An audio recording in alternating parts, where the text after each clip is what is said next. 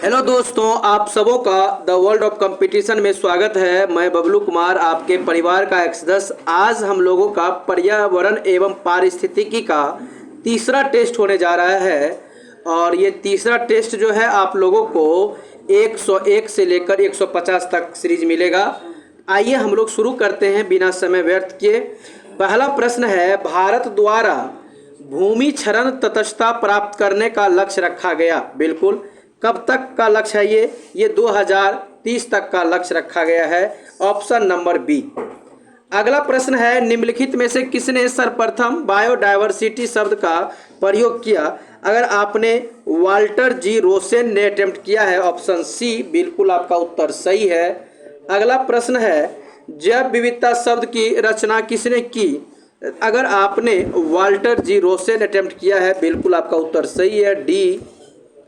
2010 से 20 अर्थात 11 से 20 तक जो संयुक्त राष्ट्र ने जो दशक घोषित किया, वो दशक कौन सा था? जैव विविधता दशक, जैव विविधता का दशक, ऑप्शन ए बिल्कुल सही है। भारत का प्रथम national centre for marine biodiversity किस शहर में स्थित है? बहुत अच्छा प्रश्न है ये, बहुत अच्छा प्रश्न है।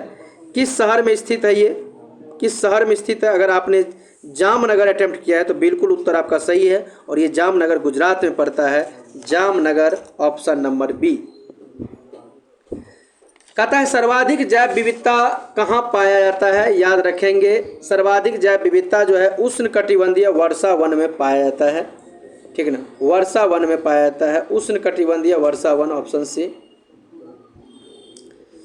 निम्नलिखित पारिस्थितिकी तंत्र में किसमें प्रजातीय विविधता सापेक्षता काफ़ी अधिक है? तो प्रजाति की जो विविधता है वो काफ़ी देखने को मिलती है। ऑप्शन आपके सामने है, क्या मारेंगे? उष्णकटिबंधीय वर्षा वन तो होगा ही होगा और कोरल रीफ जो है इसमें भी होगा। इसका उत्तर बी और सी दोनों होगा, बी और सी दोनों होगा। जैव विविधता में परिवर्तन होता है, जैव विविधता में परिवर्तन होता है, भूमध्य रेखा की तरफ बढ़ती है, भूमध्य रेखा के तरफ बिल्कुल बढ़ती है। अगर आप भूमध्य रेखा की ओर आएंगे तो बढ़ती है। थोड़ा मैं चाहता हूँ इस पे हल्का नॉलेज समझा दूँ, क्योंकि हो सकता है कुछ प्रश्न आपको सॉल्व, वैसे तो टेस्ट चल रहा है आपका और ये करवाना, तो अगर हम इस पे समझाएं थोड़ा टाइम ज़्यादा, लेकिन फिर भी समझा देते हैं। देखिए, जैव विविधता का मतलब है एक किसी खास क्षेत्र में जब विभिन्न प्रकार के वहाँ जीव उपलब्ध हो, और कोई भी जीव उपलब्ध कब होगा? जहाँ पर जीव का भोजन होगा और रहने के लिए आवास होगा। तो किसी भी जो जीव होगा, जो शाकाहारी जीव होगा, जहाँ उसके लिए फल फूल पेड़ पौधे मिलेंगे, बगल में पानी मिलेगा और नदी होगा और पर्यावरण रहेगा, पेड़ पौधे रहेंगे, वहाँ रहेगा। अब आप बताइए, जहाँ पर पेड़ पौधे होंगे वहाँ शाकाहारी जीव होगा, जहाँ शाकाहारी जीव होगा ऑब्वियसली वहाँ पर मांसाहारी जीव होगा। और जब जीवों की इस तरह की जो प्रेजेंटेशन होगा, इसको जैव विविधता कहने लगेंगे। तो मेथड ये है कि ये जो पेड़ पौधे होंगे सबसे ज़्यादा कहाँ होंगे? जहाँ सबसे ज़्यादा वर्षा होगा, जहाँ सूर्य की प्रकाश उपलब्ध होगी। क्यों? क्योंकि पेड़ पौधे को जिंदा रहने के लिए, अपने आप को सरवाइव कराने के लिए, अपना विशालकाय शरीर बनाने के लिए उसको भोजन चाहिए, और भोजन प्राप्त करने के लिए उसके द्वारा प्रकाश संश्लेषण किया जाता है, और प्रकाश संश्लेषण करने के लिए सूर्य से चाहिए प्रकाश, जमीन से चाहिए पानी, और हम लोग से चाहिए उसको कार्बन डाइऑक्साइड CO2, तब जाके वो अपना भोजन बनाता है। तो पेड़ पौधे वहाँ ज़्यादा उगेगा जहाँ पर तापमान भी ठीक ठाक रहेगा और वर्षा भी ठीक ठाक रहेगा। तो वहाँ जब पेड़ पौधे ज़्यादा होगा, रीज़न क्योंकि वहाँ वर्षा भी खूब होगी, पेड़ पौधे घने होंगे, ज़्यादा से ज़्यादा तरह का पेड़ पौधे होगा, और वहाँ पर शाकाहारी जीव होगा, उसको खाने के लिए मांसाहारी जीव होगा, और इस तरह से जैव विविधता पाया जाएगा। तो हम उम्मीद करते हैं, तो सबसे ज़्यादा वर्षा आपको पता होना चाहिए कर्क और मकर के बीच में देखने को मिलता है। रीज़न क्योंकि विषुवत रेखा पर टेम्परेचर ज़्यादा है, तापमान, चूँकि सूर्य लंबवत पड़ती है, सूर्य लंबवत पड़ेगी, और आपको पता होगा जिस कारण से उस एरिया में लंबवत पड़ने के कारण वाष्पन की रेट ज़्यादा होती है, बादल ज़्यादा, वर्षण ज़्यादा। उसी तरीक़ा से पेड़ पौधे भी घने घने, और वहाँ पर ऑब्वियसली जीव भी ज़्यादा। तो इस हिसाब से अगर हम कॉन्सेप्ट को बनाते हुए चलें तो ध्रुव की ओर जैसे जैसे बढ़ेंगे तो तापमान कम होता जाएगा। तो उस हिसाब से सबसे ज़्यादा पेड़ पौधे कहाँ होंगे, तो विषुवत रेखा की ओर जब हम बढ़ेंगे तो ज़्यादा होगा, बायोडाइवर्सिटी ज़्यादा होगा, तो उत्तर हो जाएगा ए। लेकिन भारत के अंदर में पूछेंगे तो सबसे ज़्यादा बड़ा बायोडाइवर्सिटी हो जाएगा अंडमान निकोबार। अगर उससे निकलेंगे तो हो जाएगा पश्चिमी तट, उससे निकलेंगे तो पश्चिमी घाट या तट, उससे निकलेंगे तो पूर्वी हिमालय। तो इस तरह से आपको उससे निकलेंगे तो पूर्वी तट, ये क्रम है, क्रम याद होनी चाहिए। तो प्रश्न है अगला, सबसे ज़्यादा जैव विविधता कहाँ पाई जाती है? ऑप्शन के हिसाब से आप अटेम्प्ट करें। अगर आपने शांत घाटी अटेम्प्ट किया, शांत घाटी हो जाएगा केरल। और आपको पता है दक्षिण पश्चिम मानसून सबसे पहले केरल में आता है। मैं आपको भारत का भूगोल का MCQs कंप्लीट करा चुका हूँ और उसमें मैं ये सब प्रश्न करवा चुका हूँ कि सबसे पहले मानसून कहाँ आता है, केरल के तट पर, कि किस में मालाबार हो गया, किस में जून के प्रथम सप्ताह में कौन सा मानसून आता है, दक्षिण पश्चिम मानसून, ये सब क्वेश्चन हम करवा चुके हैं। अगर नहीं किए हैं तो भारत का भूगोल जाकर प्लेलिस्ट मिल जाएगा इंडियन ज्योग्राफी के नाम से, आप जरूर मार लें इसे। सर्वाधिक जैव विविधता पाई जाती है शांत घाटी, शांत घाटी हो जाएगा केरल। अगला है शांत घाटी कहाँ है, तो शांत घाटी हो जाएगा केरल में। वहाँ पर क्वेश्चन है silent valley, silent valley Kerala में है, बिल्कुल सही है। फूलों की घाटी ये उत्तराखंड में है, फूलों की घाटी उत्तराखंड में है। हिमालयी पर्वत प्रदेश जाति विविधता की दृष्टि से अत्यंत समृद्ध है। इस समृद्धि के लिए निम्नलिखित में से कौन सा कारण सबसे उपयुक्त है? इसमें से कौन सा कारण सबसे उपयुक्त कारण है? अगर आप देखेंगे तो इसमें से आपको देखना है सबसे उपयुक्त कारण है यह विभिन्न जीव भौगोलिक क्षेत्रों का संगम है। तो अर्थात ऑप्शन नंबर बी इसका उत्तर हो जाएगा। भारत में जैव विविधता के ताप स्थल है, बिल्कुल बहुत अच्छा प्रश्न है। जैव विविधता के ताप स्थल जिसको हॉट स्पॉट कहते हैं, ताप स्थल का इंग्लिश होता है हॉट स्पॉट। आप हॉट स्पॉट जरूर समझ गए होंगे, ताप स्थल थोड़ा सा समस्या हुआ होगा। तो हॉट स्पॉट कौन सा क्षेत्र है, बहुत अच्छा प्रश्न है। अगर आप पूर्वी हिमालय और पश्चिमी घाट अटेम्प्ट मारे हैं तो बिल्कुल सही है, पश्चिमी घाट और पूर्वी हिमालय। जैव विविधता के संदर्भ में भारत में निम्नलिखित में से कौन सा क्षेत्र हॉट स्पॉट माना जाता है? बहुत अच्छा है। अगर आपने पश्चिमी घाट, लेकिन ऑप्शन के हिसाब से अटेम्प्ट करेंगे, ये प्रश्न बिल्कुल इजी प्रश्न है, क्योंकि अगर आप देखेंगे तो सबसे बड़ा हॉट स्पॉट का जो एरिया होगा जहाँ पर, तो क्या हो जाएगा, अंडमान निकोबार का एरिया हो जाएगा। प्रश्न एक बार फिर से पढ़ देते हैं। प्रश्न ये है कि जैव विविधता के संदर्भ में निम्नलिखित में से कौन सा क्षेत्र हॉट स्पॉट माना जाता है? ऑप्शन आपके सामने में है। तो हॉट स्पॉट का क्षेत्र इसमें से कौन सा माना जाता है? अंडमान का, गंगा का, मध्य भारत का, या नन ऑफ दीज, इनमें से कोई नहीं। बिल्कुल, अगर आपने अंडमान निकोबार अटेम्प्ट किया है तो आपका उत्तर बिल्कुल सही है। अगला प्रश्न है जैव विविधता के संदर्भ में निम्नलिखित में से कौन सा क्षेत्र हॉट स्पॉट है?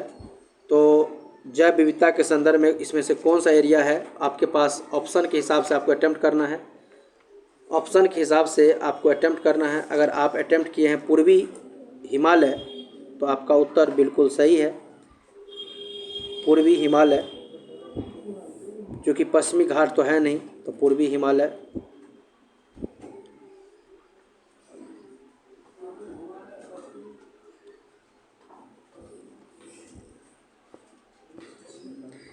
भारत में पाए जाने वाला हॉट स्पॉट है, कहाँ कहाँ हॉट स्पॉट पाया जाता है? ऑप्शन आपके सामने में है।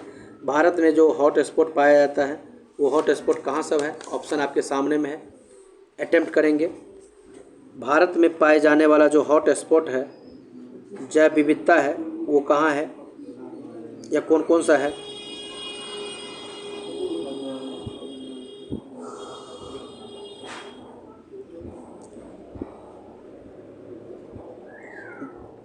पश्चिमी घाट तो होगा ही होगा, इसमें कोई शक नहीं है, ठीक है। पूर्वी घाट ऑप्शन के हिसाब से अगर आप छांटेंगे तो आप अच्छे से छांटेंगे कौन सा एरिया हो जाएगा। पूर्वी हिमालय हो जाएगा और पश्चिमी घाट हो जाएगा। और ऐसा ऑप्शन में पश्चिमी घाट है और पूर्वी हिमालय, तो ऑप्शन नंबर सी हो जाएगा, पूर्वी हिमालय और पश्चिमी घाट। तो इस तरह से ऑप्शन नंबर सी हो जाएगा, याद रखेंगे। अगला प्रश्न है कि निम्नलिखित में से कौन सा एक भारत का बायोडायवर्सिटी हॉटस्पॉट नहीं है। तो कौन सा नहीं है, तो ये विंध्यन पर्वत है, ये नहीं है। बाकी हिमालय का एरिया तो है, ये है, पश्चिमी घाट है ही। जैव विविधता के नाश का कारण क्या है, ऑप्शन आपके सामने में है। जैव विविधता के नाश का जो कारण है वो क्या है, ऑप्शन आपके सामने में है, बताइए क्या है। अगर आप वन की कटाई करेंगे तो इससे जैव विविधता तो ख़त्म होगा ही होगा, इसमें कोई शक थोड़ी है। दूसरा, जैव विविधता के नाश का कारण पूछा गया, वन का नाश, पर्यावरण का प्रदूषण करेंगे उससे भी होगा, और प्राकृतिक आवास की कमी, तो ऑल ऑफ दीज हो जाएगा, उपयुक्त सभी हो जाएगा। जैव विविधता का ह्रास का मुख्य कारण क्या है, आखिर जैव विविधता का जो ह्रास हो रहा है उसका मुख्य कारण क्या है, ऑप्शन आपके सामने में है। जैव विविधता के ह्रास का मुख्य कारण क्या है,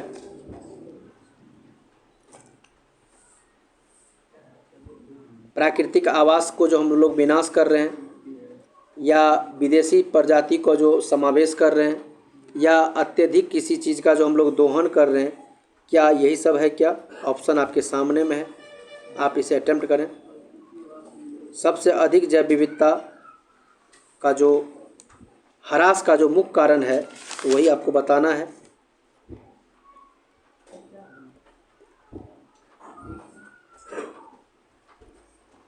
बिल्कुल आपका याद रखेंगे, प्राकृतिक आवास का जो हम लोग विनाश कर रहे हैं ये मुख्य कारण है, ऑप्शन नंबर डी हो जाएगा।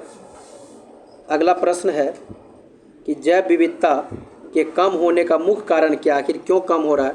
तो आवासीय जो हम लोग विनाश कर रहे हैं, मतलब उसके आवास को विनाश कर रहे हैं, यही मुख्य कारण है, अर्थात ऑप्शन ए इसका उत्तर हो जाएगा, आवासीय विनाश। इनमें से कौन सा जैव विविधता के लिए बड़ा खतरा है, इसमें से ऑप्शन आपके सामने में है। जैव विविधता के लिए कौन सा सबसे बड़ा खतरा के तौर पर है। अगर आपने प्राकृतिक आवास और वनस्पति के विनाश और झूम खेती कहेंगे, ये जो है जैव विविधता के लिए बहुत ज़्यादा नुकसान है, क्योंकि झूम खेती में हम कई सारे पेड़ पौधे को काट कर खेती करते हैं, जिससे उस जीव के रहने का आवास ख़त्म हो जाता है और इससे उस जीव का भी वहाँ से उपलायन करता है, जिसके कारण किसी न किसी कारण से उसकी मृत्यु हो जाती है। तो इससे जैव विविधता कम होता है, ऑप्शन सी। निम्नलिखित में से कौन सा एक उत्तराखंड में जैव विविधता के ह्रास का कारण नहीं है। उत्तराखंड में जैव विविधता के ह्रास का कारण नहीं है, तो वो हो जाएगा बंजर भूमि का वनीकरण, ऑप्शन सी हो जाएगा। अगला प्रश्न है कि निम्नलिखित में से कौन एक पारिस्थितिकी तंत्र की जैव विविधता की बढ़ोतरी के लिए उत्तरदायी नहीं है। इसमें से कौन सा एक कारण उसके लिए उत्तरदायी नहीं है। तो पोषण स्तर की कम संख्या इसके लिए उत्तरदायी नहीं है, ऑप्शन डी हो जाएगा। जैव विविधता के संरक्षण के लिए महत्वपूर्ण रणनीति क्या है। जैव विविधता के संरक्षण के लिए सबसे बड़ा रणनीति क्या है। तो अगर आप जैव मंडल रिजर्व कहेंगे, बिल्कुल सही है, ऑप्शन ए हो जाएगा। निम्नलिखित में से कौन सा स्थल वनस्पति संरक्षण हेतु स्वस्थाने पद्धति नहीं है। स्वस्थाने जिसको इन सीटू कहते हैं, ठीक ना। तो वानस्पतिक उद्यान जो है बी इसका उत्तर हो जाएगा। अगला प्रश्न है, ध्यान देंगे कि राष्ट्रीय उद्यान में आनुवांशिक विविधता का रख रखाव किया जाता है। बिल्कुल किया तो जाता है। तो यही है कि किस संरक्षण से, इन सीटू संरक्षण के द्वारा। बिल्कुल सही है, इन सीटू संरक्षण के द्वारा किया जाता है। निम्नलिखित में से स्ववासन संरक्षण रणनीति का उदाहरण कौन सा नहीं है, जिसको एक्स, स्व का मतलब हुआ इन सीटू, याद रखेंगे, बाह्य का हुआ एक्स सीटू। तो कौन सा नहीं है। तो अगर आपने वनस्पतिक बाग चुना है, बिल्कुल सही है, ऑप्शन बी। एक्स सीटू संरक्षण के लिए कौन सी गैस सामान्यतः प्रयोग होती है। एक्स सीटू के लिए कौन सी गैस प्रयोग होती है। अगर आपने नाइट्रोजन चुना है तो बिल्कुल आपका उत्तर सही है, नाइट्रोजन होगा। जीव मंडल आरक्षित परिरक्षण क्षेत्र है। जीव मंडल आरक्षित परिरक्षण जो क्षेत्र है वो हो जाएगा अनुवांशिक विभिन्नता, अर्थात ऑप्शन डी। निम्नलिखित में से कौन एक परवाल विरंजक का सबसे अधिक प्रभावी कारक है? परवाल विरंजक का सबसे अधिक महत्वपूर्ण या प्रभावी कारक है? इसका उत्तर हो जाएगा वैश्विक ऊष्मन, अर्थात ऑप्शन के हिसाब से अगर देखेंगे तो परवाल विरंजक का सबसे बड़ा जो महत्वपूर्ण कारक है, प्रभावी कारक है, वो हो जाएगा सागरीय जल की समान तापमान में वृद्धि। तो टेम्परेचर में जैसे वृद्धि होगा तो ये कारण है। निम्नलिखित में से कौन परवाल विरंजन में सर्वाधिक महत्वपूर्ण कारक है? ऑप्शन आपके सामने में है। तो महत्वपूर्ण कारक है वैश्विक ऊष्मन, ऑप्शन डी हो जाएगा। रेड डाटा बुक या रेड लिस्ट जो जारी करता है वो कौन जारी करता है? IUCN जारी करता है। रेड डाटा बुक जो संकट प्राय प्राणी है, जो खतरे में है, जो विलुप्त होने कगार पर है, उसको एक लिस्ट में जारी किया जाता है, एक बुक में, जिसका नाम है रेड डाटा बुक, और इसको जारी करता है IUCN। ठीक है, याद रखेंगे, international union for conservation of nature. Red data book का प्रकाशन कौन करता है? IUCN करता है, IUCN करता है। अगला प्रश्न है, विलुप्त होने वाली प्रजाति की सूचीबद्धता कौन करता है? रेड डाटा बुक करता है, ऑप्शन बी हो जाएगा।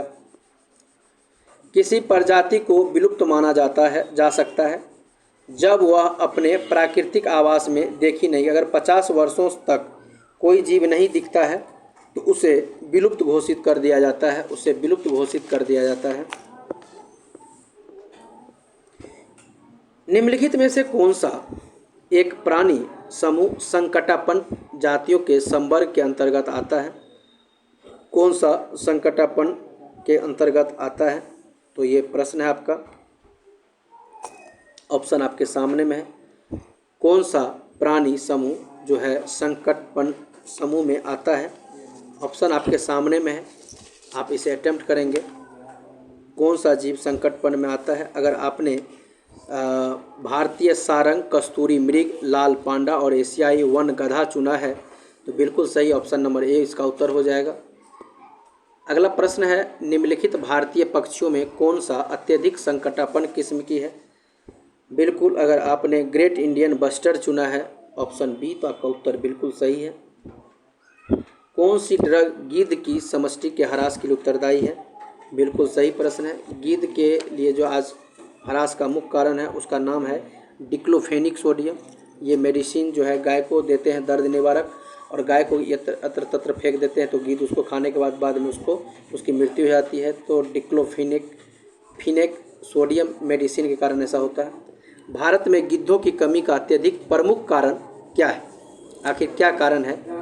तो जानवर को जो हम लोग देते हैं दवा, जिससे नाम होता है डिक्लोफेनिक, यही एक मुख्य कारण है, याद रखेंगे। अगला प्रश्न है,